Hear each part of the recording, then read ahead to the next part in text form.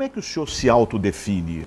Eu sou um lutador apaixonado, né? Um patriota meio à moda antiga, um romântico, um lutador apaixonado. O senhor nasceu em São Paulo, foi muito pequeno para Sobral. Como é que foi a sua infância? O senhor teve uma vida de menino do interior ou já tinha hábitos cosmopolitas naquela época? Não, com 4 anos de idade nós viemos embora para Sobral e eu fui criado em Sobral, só voltei a Fortaleza quando já... Bom, eu passei por Fortaleza com 15 anos, é uma história muito legal porque eu adorava poesia e aí estudei muito Camões e o governo português na época fez um concurso sobre a vida e a obra de Camões.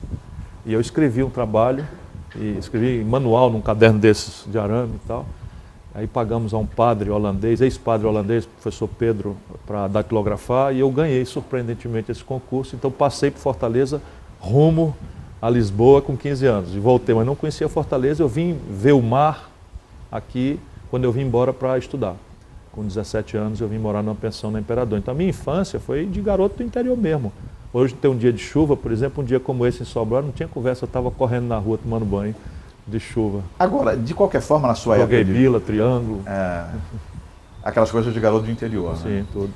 Agora, na sua época de juventude, o mundo vivia uma grande turbulência, uma efervescência, com quebras de padrões culturais, enfim. Como é que era a sua relação com seus pais?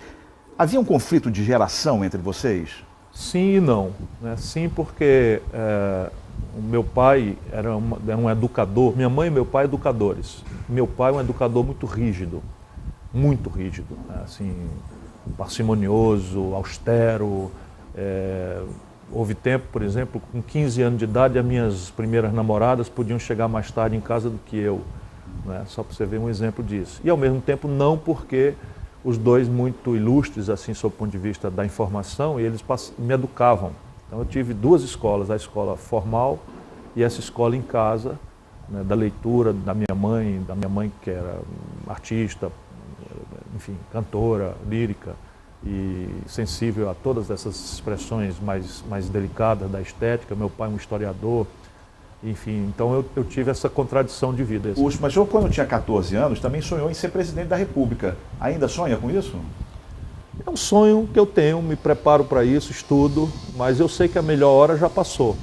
E é evidente, essas coisas, o que eu quis ser, não consegui ser na vida pública. Isso é muito engraçado. Eu nunca quis ser prefeito de Fortaleza, nunca quis ser governador do Ceará, pelo menos nas oportunidades em que eu fui.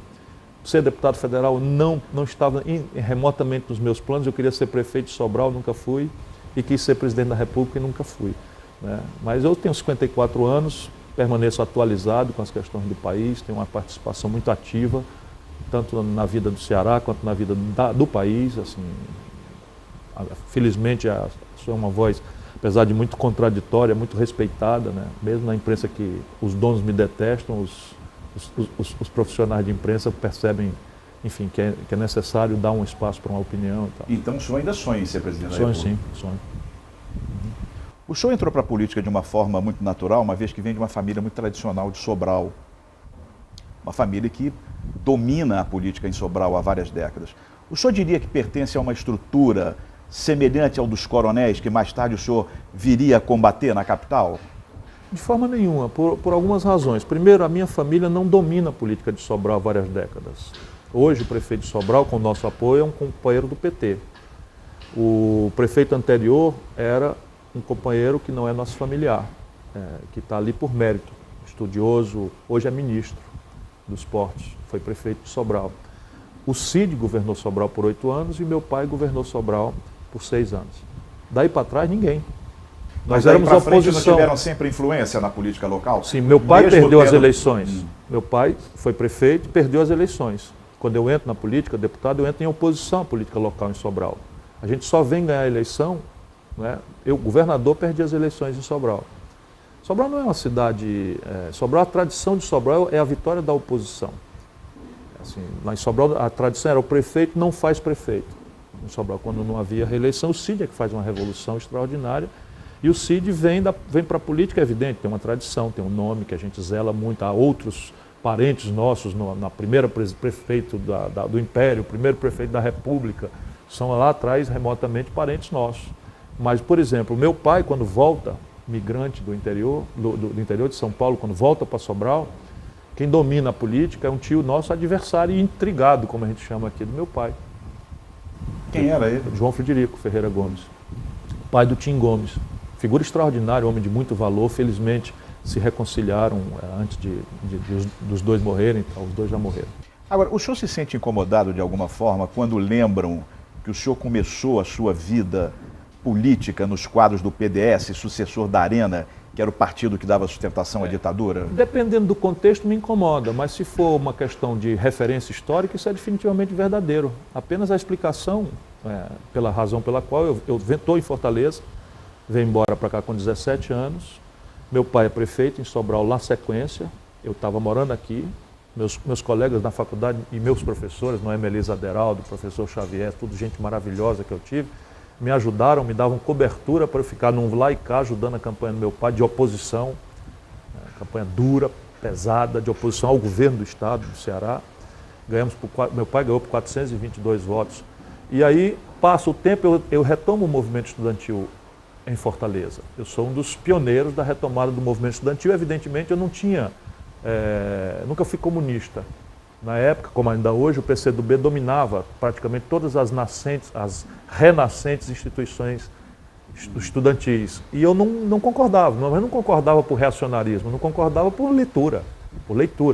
Eu era um cara meio trotskista, para talvez surpresa sua. Eu lia Mandel, que é uma interpretação do Trotsky, e a turma que era trotskista mesmo estava na Libelu, não estava com o PCdoB, mas eu mesmo, o trotskismo, vamos dizer, orgânico, que não tem nada a ver com a teoria, com a ideia maravilhosa de uma revolução permanente, que não se burocratiza, etc., isso me encantava e era a minha leitura.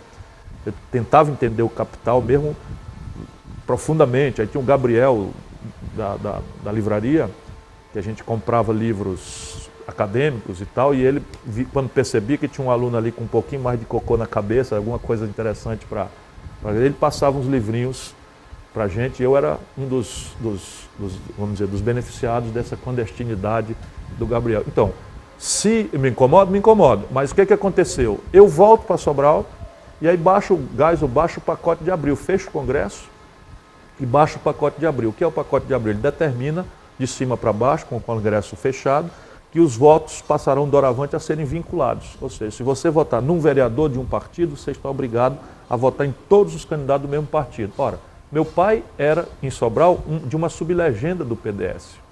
Eu nunca fui da Arena que inventaram. Meu pai era do PDS, de uma sublegenda do PDS, e a sucessão dele em marcha. Se eu tinha que votar no candidato do meu pai, e não queria ser candidato a deputado estadual de jeito nenhum, foi uma ideia meio imposta pelo meu pai, eu tinha que me filiar ao PDS. Tive uma briga com meu pai, talvez a única briga, um choque grande, e terminou com a lucidez dele, que eu acho corretíssimo. Ele disse, olha, isso aqui é um protocolo, é uma formalidade, isso no Brasil, essas coisas você já sabe, isso daqui a pouco vai ter uma democracia, você toma o caminho que você quiser. E foi assim. Essa velha questão que o senhor tem com o PCdoB, o senhor tem uma antiga desavença... Questão fraterna. Mas é uma desavença muito antiga. Eu casei com a militante do PCdoB. Mas é uma desavença que vem de uns tempos muito remotos. De certos conceitos. Desde que o senhor disputou uma eleição para a União Nacional dos Estudantes em 1979. Né? As desavenças com o PCdoB, elas perduram. O que há de errado no PCdoB? Não, a questão básica, não há nada de errado. Naquela data, especialmente, não havia nada errado. O que há é uma discordância de concepção de economia política, de visão de mundo. Né? Eu não concordava com o experimento soviético. Isso não me jogava na defesa do capitalismo. Se você recuperar no arquivo, as pessoas diziam, quem são os seus ídolos na política? Eu dizia, Olof Palme, que era um social-democrata, um socialista democrata da Suécia, Willy Brandt, que era um social-democrata, um socialista democrático da Alemanha, enfim. E eu achava, como sigo achando até hoje, que o caminho é o socialismo democrático. Por quê? Porque me parece que a eficiência da iniciativa privada na propriedade dos fatores de produção é um elemento impulsionador do progresso humano, né? Na pesquisa, na ciência, na tecnologia. E o Estado, como expressão do querer coletivo, essa minha percepção de Estado, deve ser o encarregado de subtrair os excessos pela regulação ou mesmo pela tomada de riquezas, inclusive sendo ele próprio proprietário, para redistribuir. eliminando a grande perversão do capitalismo, que é a inequidade, a desigualdade, a concentração de renda, o oligopólio, que ainda infestam a vida brasileira, por exemplo. E o PCdoB há muito tempo desertou disso. Era um negócio de manual, mas com todo respeito, e eu tenho queridos, fraternos companheiros, nós somos aliados a vida inteira, mas é uma discussão antiga. Nesse momento mesmo, eu acho que o papel do PCdoB na relação com o PT é destrutivo para ele próprio, PCdoB. Bom, aí como é que se deu o seu rompimento com o PDS e a sua passagem para a oposição? Simples assim, como estava combinado. Passagem natural. Simples assim, como estava combinado. Aí eu vim para cá, deputado, em oposição ao Gonzaga Mota.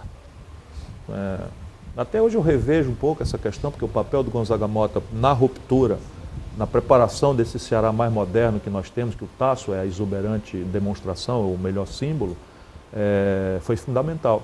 Mas eu era oposição a ele, e era escolhido ciclicamente o melhor deputado da Assembleia, e falava, etc, etc. Fui adquirindo autonomia pessoal, e assim como combinado, fui para o PMDB.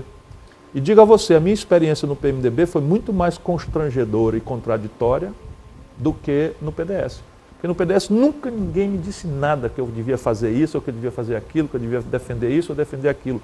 Eu defendia o parlamentarismo, defendia a eleição direta nas capitais, que era uma emenda Mauro Benevides, defendia as eleições diretas já, defendia a anistia ampla, geral e restrita, pertencia a esses movimentos todos.